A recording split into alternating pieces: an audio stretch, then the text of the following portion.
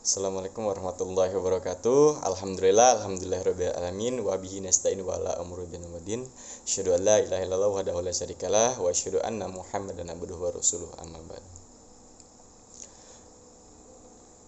Langsung saja, perkenalkan, nama saya Galih Ramadan, NPM 1974201100.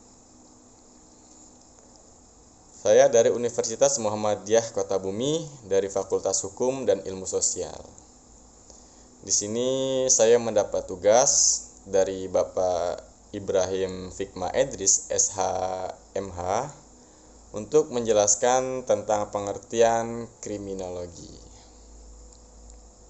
Apa itu kriminologi, terus fungsinya, dan banyak hal lainnya.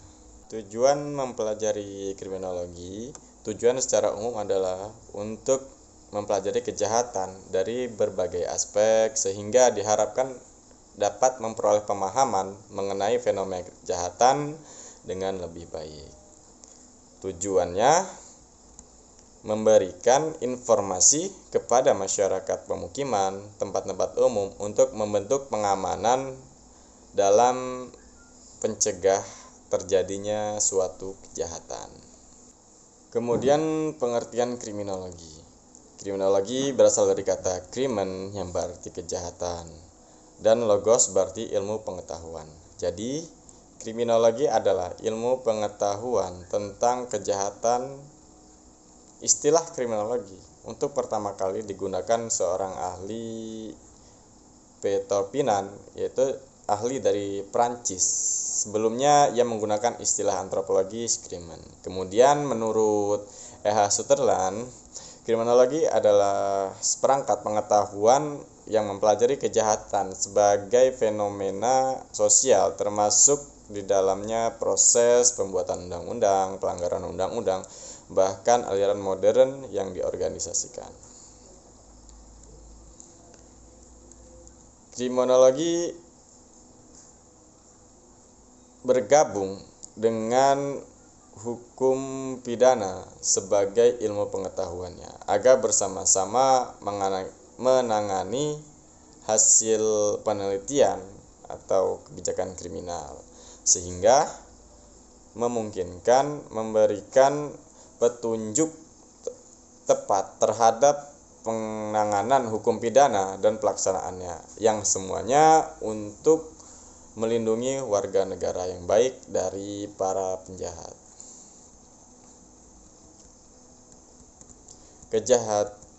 Kejahatan bukanlah fenomena yang alamiah, melainkan fenomena sosial dan historis, sebab tindakan menjadi kejahatan haruslah dikenal, diberi cap atau ditandai sebagai kejahatan.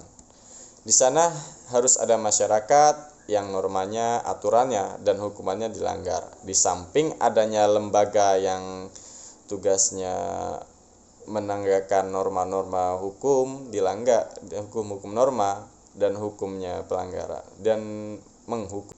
Jadi, kriminologi adalah ilmu pengetahuan yang mempelajari kejahatan sebagai masalah manusia. Kriminologi juga merupakan pengertian hukum, yaitu perbuatan manusia yang dapat dipidana oleh hukum pidana. Tetapi kriminologi bukan semata-mata merupakan batasan undang-undang, artinya ada perbuatan-perbuatan tertentu yang masyarakat dipandang sebagai jahat, tetapi undang-undang tidak menyatakan kejahatan atau tidak dinyatakan sebagai tindak pidana. Oleh karena itu, dalam ilmu pengetahuan, kriminologi termasuk dan terletak dalam kelompok ilmu pengetahuan sosial. Dalam realita, kejahatan tidak hanya berkaitan dengan hukum pidana, tapi juga terdapat hubungan baik dengan norma-norma agama dan masyarakat yang menerapkan norma-norma tersebut.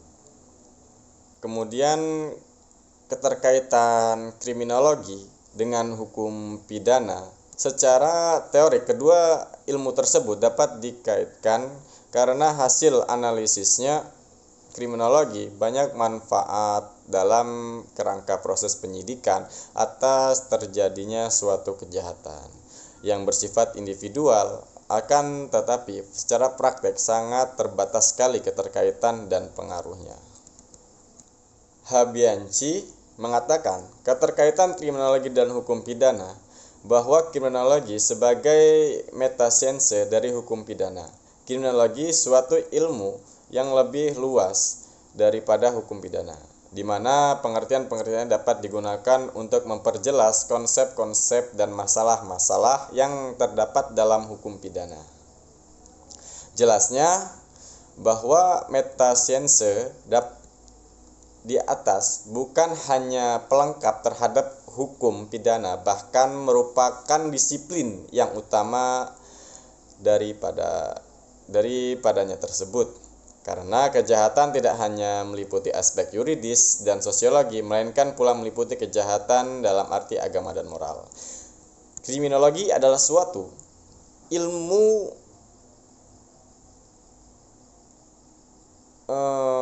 ilmu empiris yang ada kaitannya dengan kaidah hukum.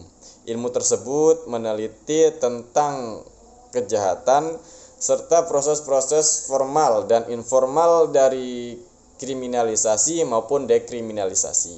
Kecuali itu dipelajari juga keadaan dan golongan-golongan yang menjadi penjahat serta yang menjadi korban kejahatan. Sebab-sebab kejahatan, reaksi formal dan informal terhadap kejahatan maupun pihak-pihak lain yang ada kaitan dengan proses kejahatan.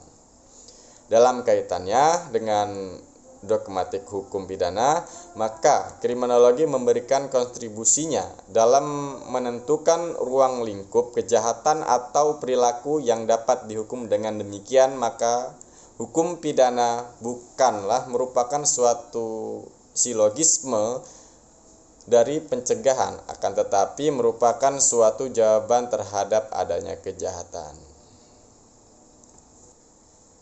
Kejahatan-kejahatan yang sering terjadi itu sering terjadi di sekitar kita. Contohnya kasus pembegalan, perampasan.